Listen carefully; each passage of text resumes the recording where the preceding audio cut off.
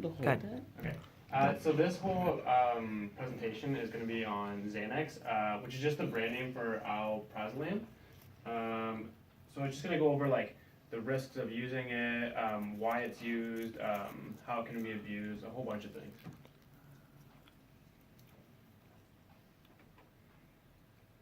So like the history first off, so it was created by Upjohn Laboratories in the 1960s. Originally it was created as a sleep aid instead of what we know like today as anti-anxiety medication. So it was discovered by the laboratory, and then Dr. Sheehan became involved and did more research on it and discovered it had other medical uses. So he realized it was effective in treating anxiety as well as panic and mood disorders. Alprazolam quickly became widely used as it was a lot less toxic than the other drugs that came before it.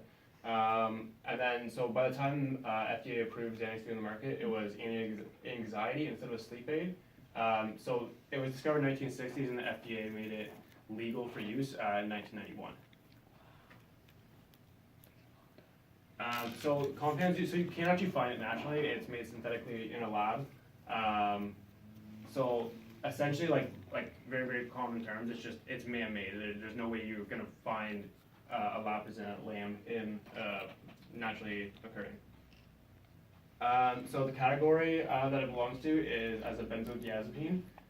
So benzodiazepines work by controlling the amount of gamma-amino butyric acid in the brain, or GABA, it's to shorten that all down.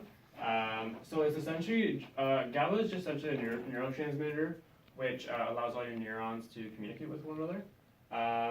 So basically when you take Xanax or any other pill that's allowed, alprazolam, I have such a hard time saying that, alprazolam, it basically calms you.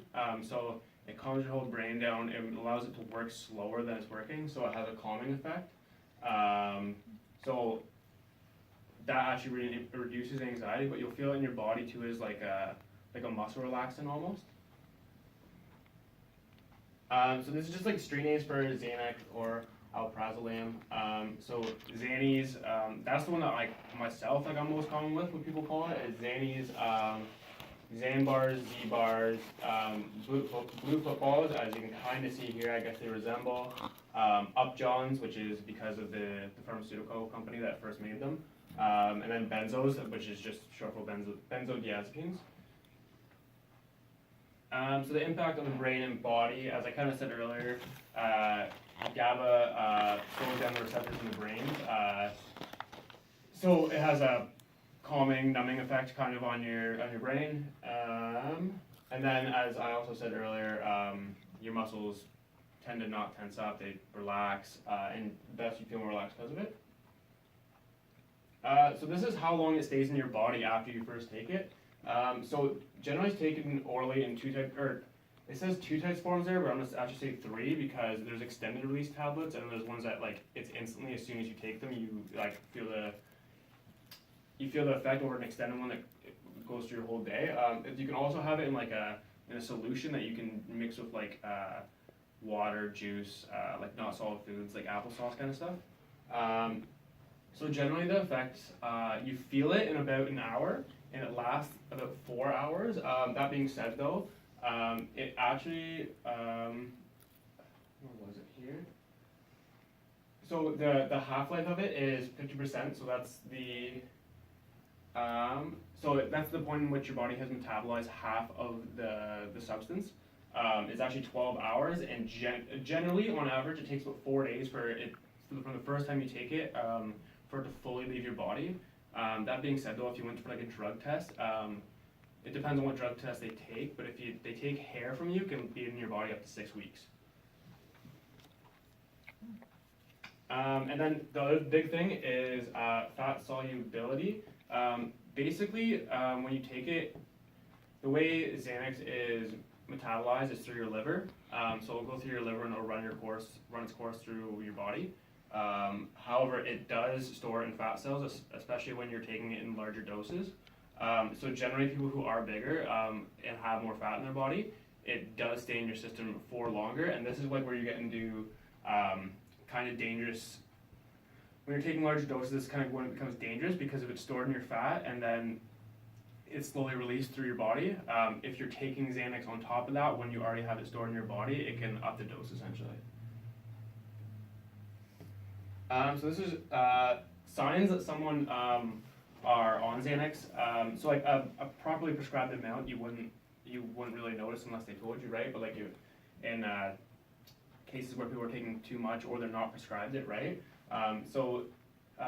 Signs can include drowsiness, lightheadedness, nausea, headache, slurred speech. I know, like, I've experienced people who are on Xanax with other drugs, and slurred speech, I would say, is like a big one, as well as like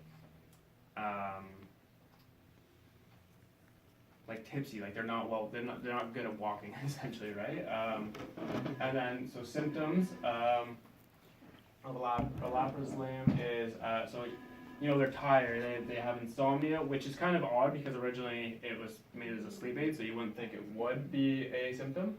Memory problems, increased sweating, weight changes, lack of sex drive, muscle weakness, and then just this on the right here. I don't know if you guys can even see it. So most of the people that use it aren't even youth. So so they're only actually 7% of the people who use it, but they're the highest percentage of people who misuse it. So here you can see that so 70% of teens that started using Xanax and do abuse it got it within the home of like someone who was prescribed the drug. So 73% of people who are Xanax users are actually female as opposed to male. So then 49% of teens who use Xanax take it with drugs and alcohol, and this is where it gets dangerous, right? You don't really know how it's going to interact with each other, but it doesn't interact well.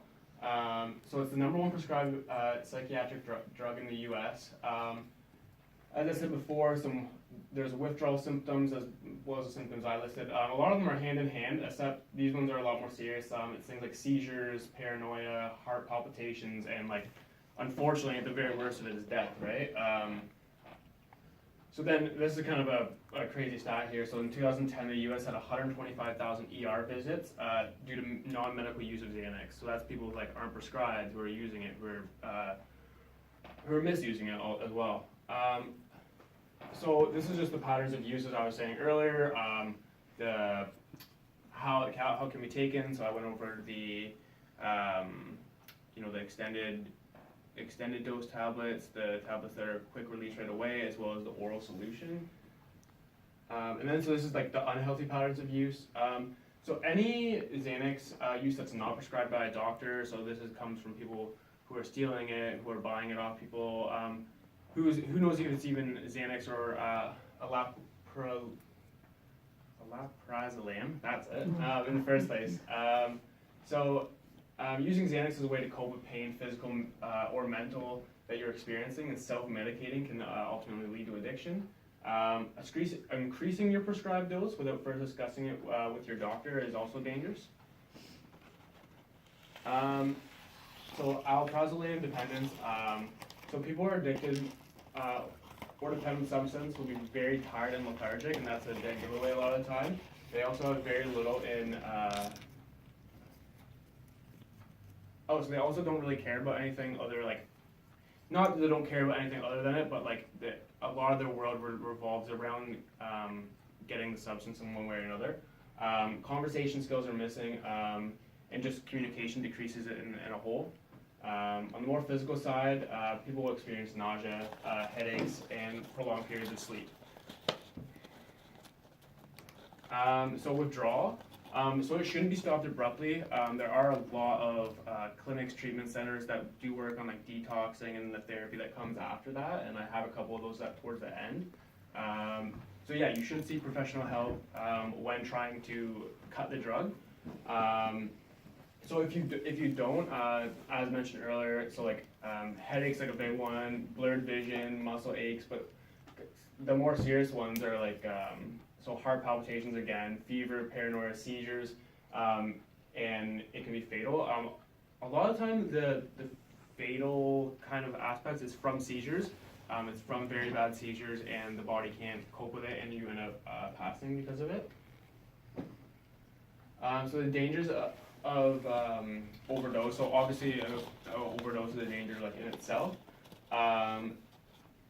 So if you overdose, it doesn't necessarily mean it's going to be fatal. But a lot of the time, if you do overdose on Xanax, you have a very, very slow respiration rate during it, as well as during the actual overdose and after you have memory impairment. It's generally short term though, not long term. So then, as I mentioned earlier, when abused with other substances, such as alcohol, the risk factors definitely increase. At this point, seizures, coma, and death are much more common than just taking one or the other. And then just things that you can see if people are overdosing, kind of the signs are, so yellowings of the eye and skin, high levels of confusion, severe coordination problems, being unresponsive, not unconscious, but just unresponsive. You're talking to them, they're not getting anything, loss of consciousness, and well, death isn't really a sign, it's a whole other deal. Sure.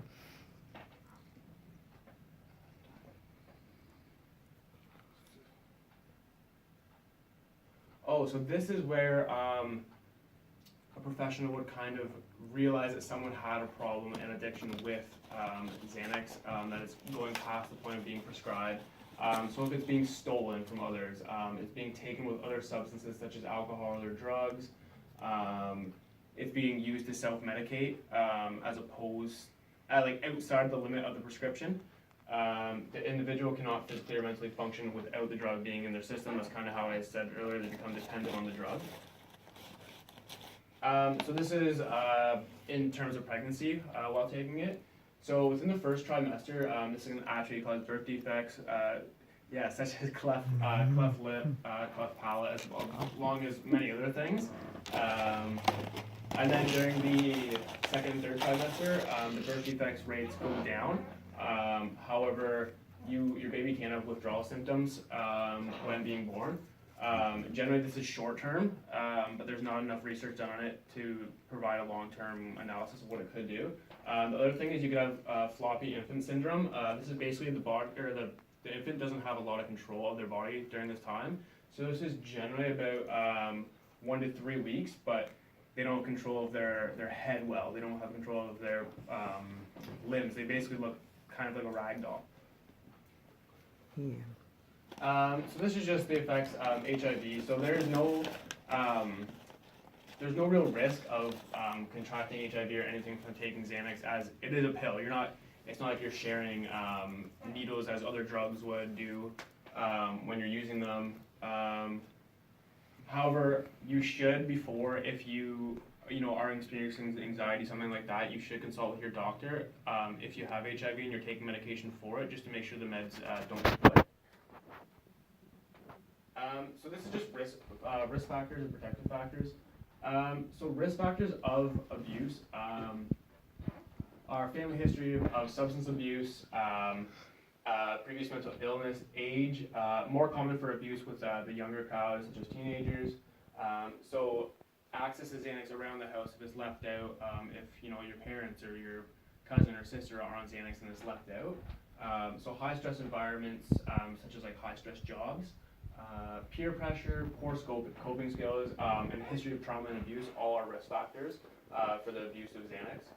So protective factors include support and discipline from caregivers, socioeconomic resources, support from a very early age about the benefits as well as the bad side of prescriptions and medications.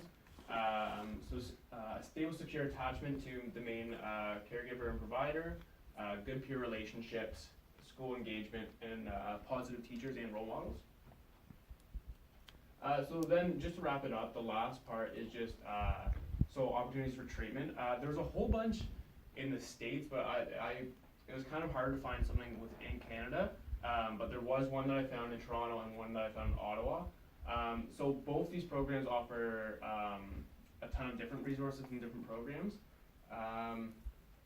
So this one was more towards prescription medication, and they had one that was specifically for benzodiazepines and Xanax. This one was kind of that offered it, but it wasn't as in depth of this one. And this one is only offered after the time of 16. I believe this one was, I think it was maybe 12. And then I think that's about it. Any questions?